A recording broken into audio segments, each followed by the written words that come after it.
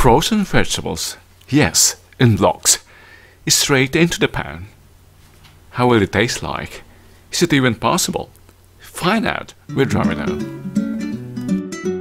You're watching the cooking series. Let's join Romilo at his small kitchen. Good evening, it's Friday evening today, and it will be another gardening weekend tomorrow. I thought of making a quick recipe tonight. It's chopsuey. It's not an ordinary chopsuey because all the ingredients, you will be surprised, are from the freezer.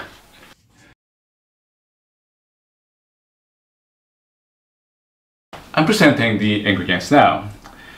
This is the only one that is not frozen among the vegetables. You might not believe. We've got our classic sofrito, garlic and onion. The pork belly, I won't be using all this. It's just half, I think. This I have boiled this earlier to make them softer. Some soy sauce, just a bit, and oyster sauce. And the rest of the ingredients you might not believe, but they are all frozen. They're here in my bag. They're here in my frozen or in my freezer bag.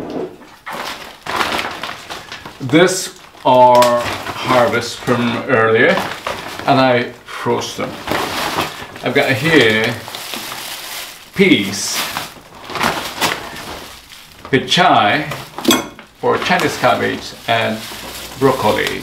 It's not easy to visualize them because they're all in the plastic containers, but you'll be seeing them in their glorious colors later when we stir fry them. I have to return them to the bag.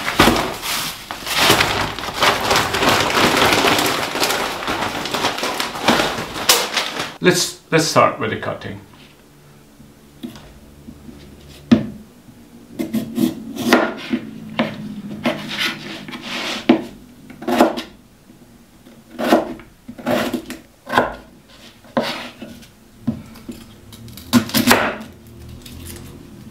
It's time to sharpen my knife, really.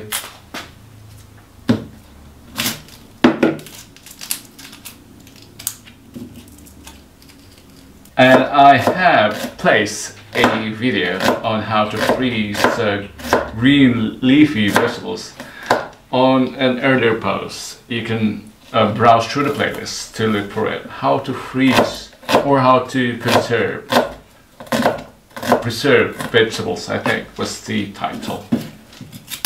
Coming up, I would be making as well a tutorial on how to can tomato. Let's wait for the tomatoes first to mature or to ripen. I have harvested only, I think, 3 until this time. It's not a good gardening year this year. It's just very cold. There was a short period of warmth, but that just was 2 weeks, I think, and then it was followed by rain and extremely cold weather. Let's start a stir fry now.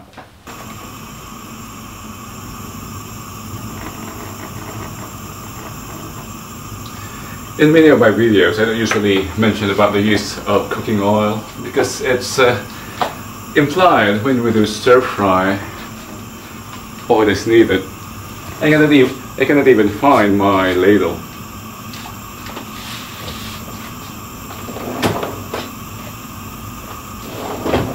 Where are they?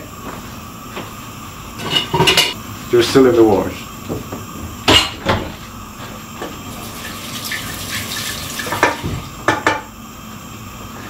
Sorted. Okay, stir fry now.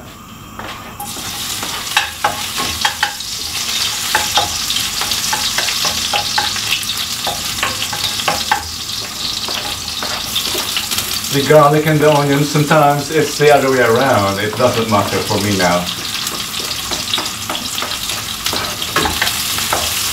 Anyway, this is stir fry and it requires really brisk and high fire. So you need high fire to caramelize the vegetables. And add immediately the carrots.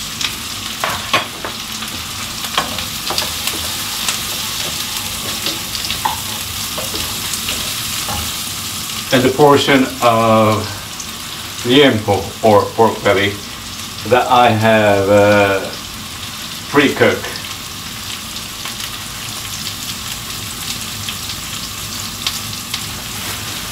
I'll save the half for our recipe tomorrow, which is corn soup with ampalaya leaves. We call it sinipsip soup.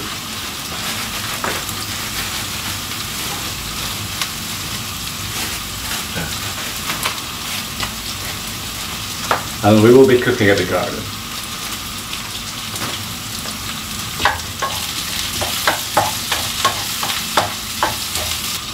It's time now to add the frozen vegetables. Now the reveal. The reveal.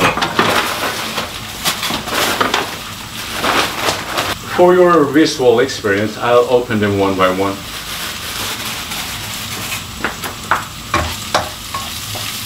Visual experience, what a word. First, the broccoli. And the Chinese cabbage or pit chai. All frozen. Have you noticed I didn't throw them directly to the stir fry? Some chef might kill me for this.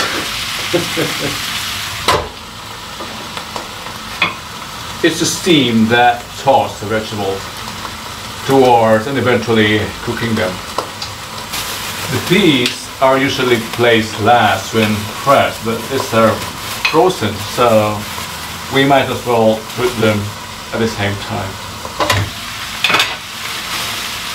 At the same time as the rest of the vegetables, I should say.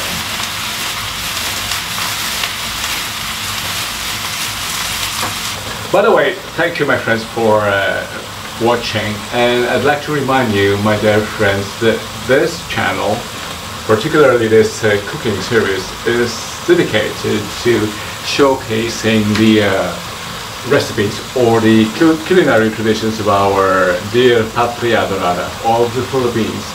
And that's the reason why we deliver our presentations of our recipes in English. Because most of our watchers or our followers are not in the Philippines but are in the US and Canada.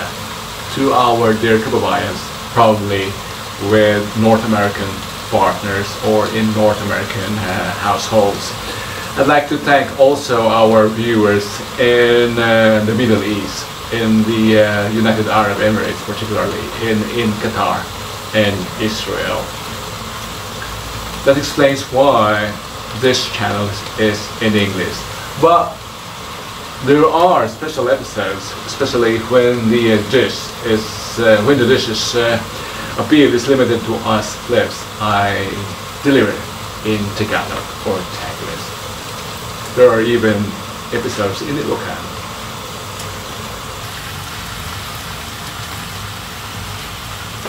Sometimes we need to help the blocks, the frozen blocks, disintegrate by cutting, and that's what I'm doing here now. Cutting this block of frozen chai. Yeah, that helped. To add to the steam, I can even add some soy sauce now, just the color. Not more than 1 tablespoon. And a generous amount of oyster sauce.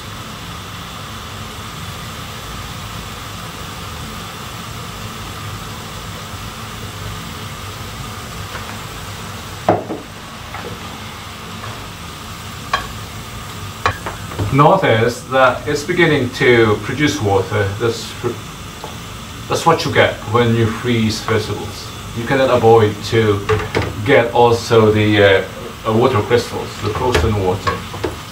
And when it melts, you get extra water. I'm also adding some chicken cubes instead of salt, just for a more enhanced taste. But instead, I'm using this wholesale pack of chicken cube or chicken powder. I'd like to thank Harry and Jerry who gave this to me from Vienna. And I expect more.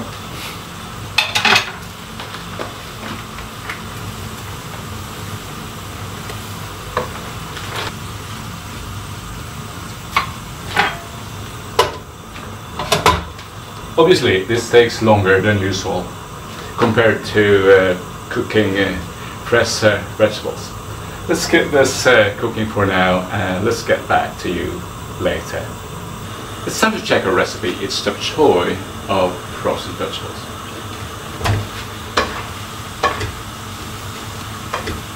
If you look at it, you will never notice it has been frozen.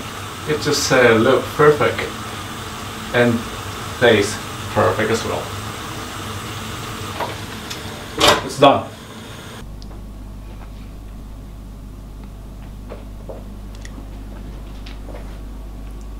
Our chopsuey of frozen vegetables. If you notice, there's no difference with the fresh vegetables. The color, the texture, even the taste, the same. So don't throw away your extra or excess vegetables. Freeze them. And chopsuey is always enjoyed with white rice and something else.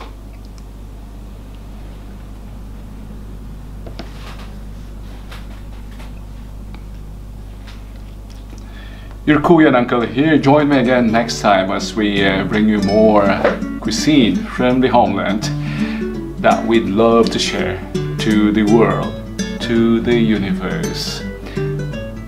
At the same time, we'll be showing you also recipes from the world that we can easily adopt in our households. Till next time, your Korean uncle here in Holland, Robilo. Bye bye!